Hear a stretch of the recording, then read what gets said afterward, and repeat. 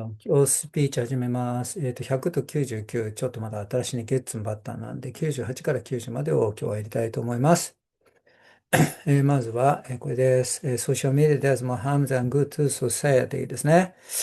始めます。Whether social media does more harm than good to society or not is a controversial debate, and my answer is clearly yes. Just the other day, Australia government banned teens under the age of 60 from using major social media platforms like X and YouTube.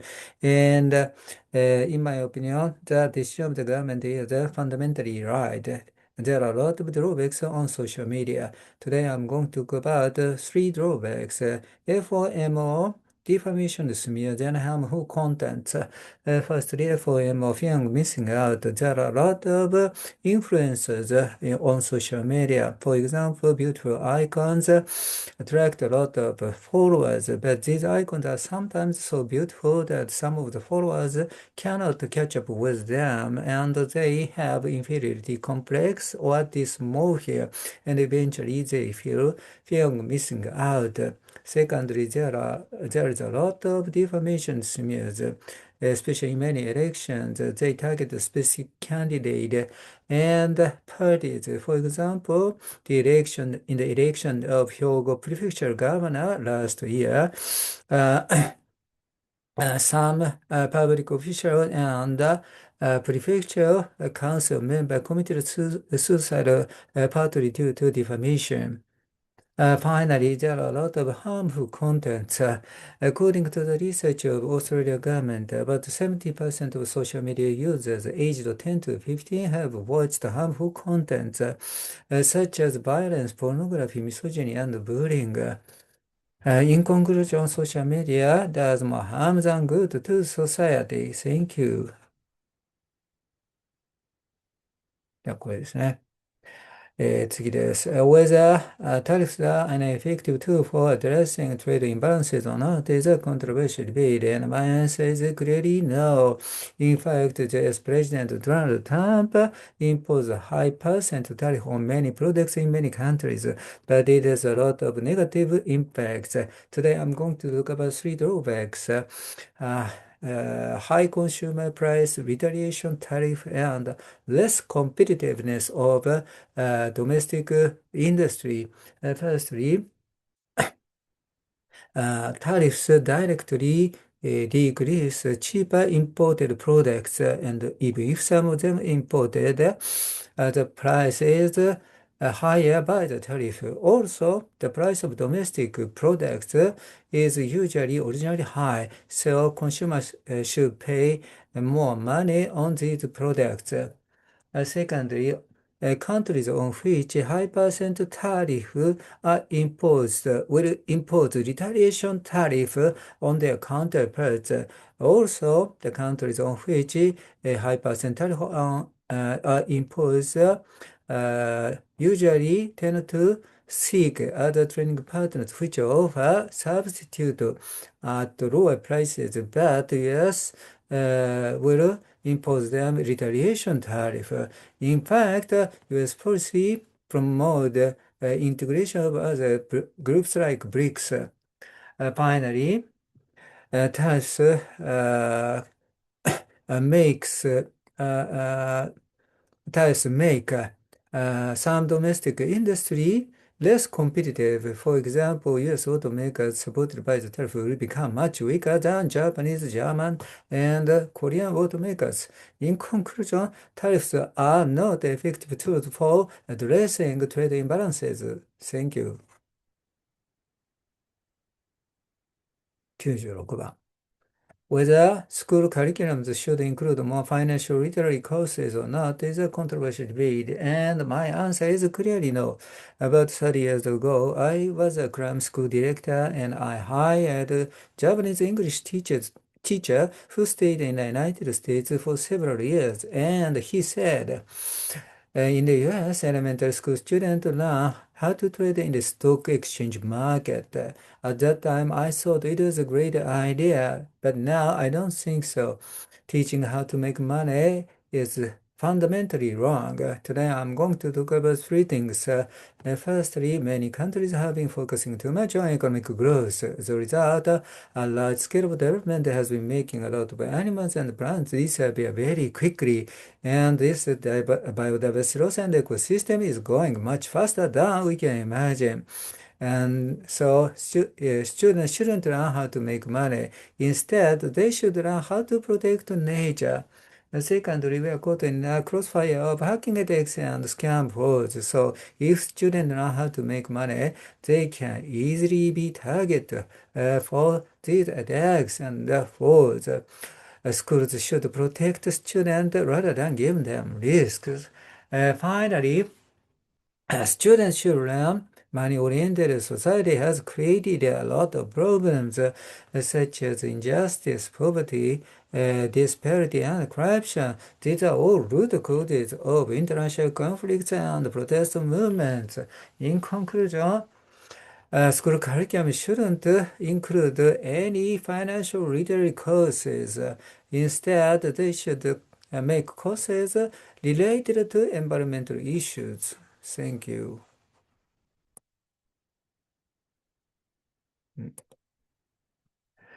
Today's topic is agree or disagree. Cosmetic surgery promotes harmful beauty standard. I agree with this comment.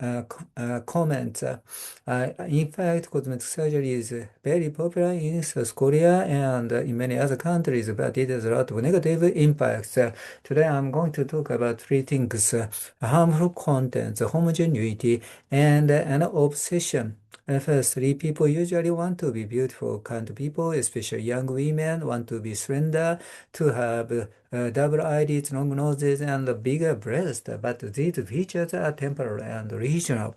Beauty standards should be different from person to person and time and space. Secondly, these harmful content sometimes create homogeneity. Instead, they discard identity. For example, just the other day, I was watching international female volleyball match, South Korea versus Japan. At first, I saw all the Korean players whose faces were quite similar were very beautiful. It's obvious that many of them had cosmetic surgery. But as the game was going, their appearance became boring. Instead, Japanese players whose faces were quite different seemed attractive. That's a moment when identity beat homogeneity in my mind. Finally, an obsession to be beautiful would sometimes be very dangerous. Cosmetic surgery seems easy, and in fact, the number has been increasing significantly, but this means many people repeat it. And the repetition of surgery would be very dangerous because it might lead to damage to tissue and uh, nerve. In conclusion, cosmetic surgery promote harmful beauty standard. 94. Today's topic is agree or disagree. Ebooks are making traditional libraries obsolete. And my answer is clearly no. I disagree with this comment.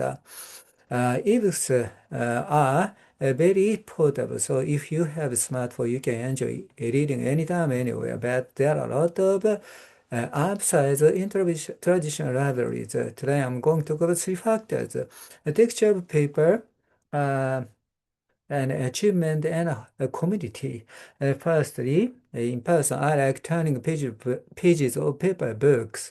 Also, in the library, I am always wondering which book to choose, a novel, science book, or history book by touching them. And I believe many paper book lovers have the same feeling. Secondly, when a book is too difficult to read in one day, we usually use bookmark or shori, which tells us how much we finish reading. In other words, it tells us our achievement. However, on the other hand, ebooks sometimes wipe out difficult and unpopular books from their list. It might hinder achievement. Finally, let's regard traditional libraries as a community. These days, many Libraries have their own cafe where we can read a book over a cup of coffee. Also, they have a place, space where young mothers read aloud a book to their little children. In conclusion, ebooks will never make traditional libraries outdated. There are many crazy fans like me.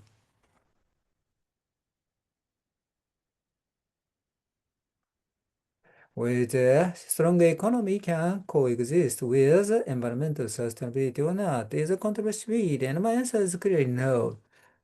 While a new administration led by first Prime Minister Takaichi Sanae was established in Japan, they focus too much on economic growth and there are no policy which encourage us to spend a sustainable life. Today, I'm going to talk about two things, overemphasis on economic growth and strong economic struggles. Firstly, many countries have been focusing too much on economic growth. As a result, a large scale of development has been making a lot of animals and plants disappear very quickly. This biodiversity loss and ecosystem devastation is going much faster than we can imagine. As a result, it's almost impossible to restore a rich ecosystem. Our desire for convenience and economic growth is unlimited. Secondly, despite a lot of challenges by climate change, there have been strong economic struggles between G7 and BRICS countries, especially the US and China. They will continue developing infrastructure by reclaiming land and cutting down a lot of trees. We cannot stop this conflict. Now, their new target is Global South, especially African continent, which is rich in biodiversity and natural resources. Also, just as the COP30 was held and seemingly all the countries joined the discussion about climate issue proactively, but the three major contributors to carbon emission, the US, China, and India, don't join the discussion proactively. In conclusion, strong economy cannot coexist with environmental sustainability.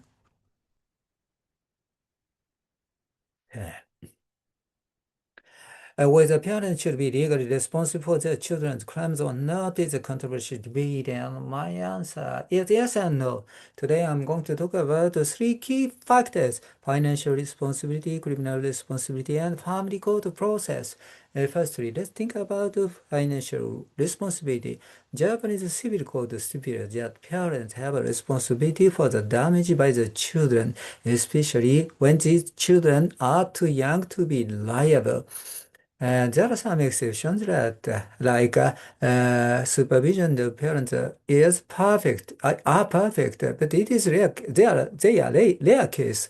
So generally, parents have a responsibility for their children's crime financially. Secondly, let's think about criminal responsibility. Japanese juvenile law say that parents are not charged with their children's crimes unless they are directly involved.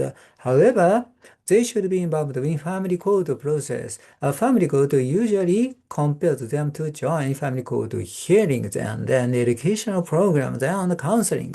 In conclusion, with regard to parents' responsibility for their children's crime, they have responsibility financially, but they don't criminally, while they should be involved in family court process.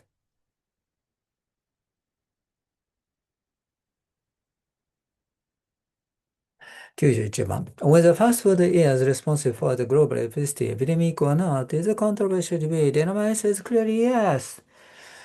Uh, there is obvious that fast food is a major contributor to global obesity, but there are several other reasons. Today I'm going to talk about fast food itself and today's busy and convenient lifestyle. Firstly, fast food offers high calorie, fat, sugars even in small amounts. And according to the data of US, people intake about 50% of total calorie from fast food. Also, those who overconsume fast food tend to have higher BMI, body mass index. Secondly, today's busy lifestyle has great impact on our daily diet. Many people are too busy to make slow food habit. Instead, eating fast food keeps them from wasting time. Also, today's internet-driven society enables us to do desk-based job, and the portable nature of fast food is good fit for this lifestyle. Also, these days, many convenience stores sell very delicious fast food, including snacks and sweet at reasonable price. And convenience stores are here and there, so these items are easily available. As a result, it may lead to lack of exercise and over intake of fast food and obesity. In conclusion, fast food, with other several reasons, is a major contributor to global obesity epidemic. Thank you. 90番最後ね。Whether tipping practices in service industries are outdated or not is a very difficult question to me because I've never been abroad or I've never experienced tipping by myself. But I hear there used to be tipping practice in Japan and the US has a long history. And from what I hear, tipping practice is outdated. Today I'm going to talk about three factors: satisfaction, responsibility for low wage, and discrimination. Firstly, let's think about satisfaction. Satisfaction of the servers who get tips is different from person to person and amount to amount, and it doesn't improve services though. So this is not so important. However, instead, on the other hand, satisfaction of the guest are very important because it might improve the services. Secondly, historically speaking, tipping practices was created to make up for low wage of employees in service industries. But guests don't have any responsibility. Instead, the service industries themselves and to some extent the government have responsibility. Service industries should make more effort to improve their services while giving enough pay to their employees. And the government should pay subsidy to the companies whose services are well evaluated by the guest.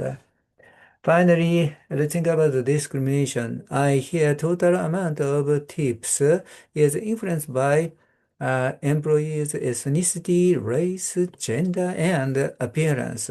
It might aggravate disparity and discrimination. In conclusion, tipping practice in service industries is outdated. Thank you. 終わります。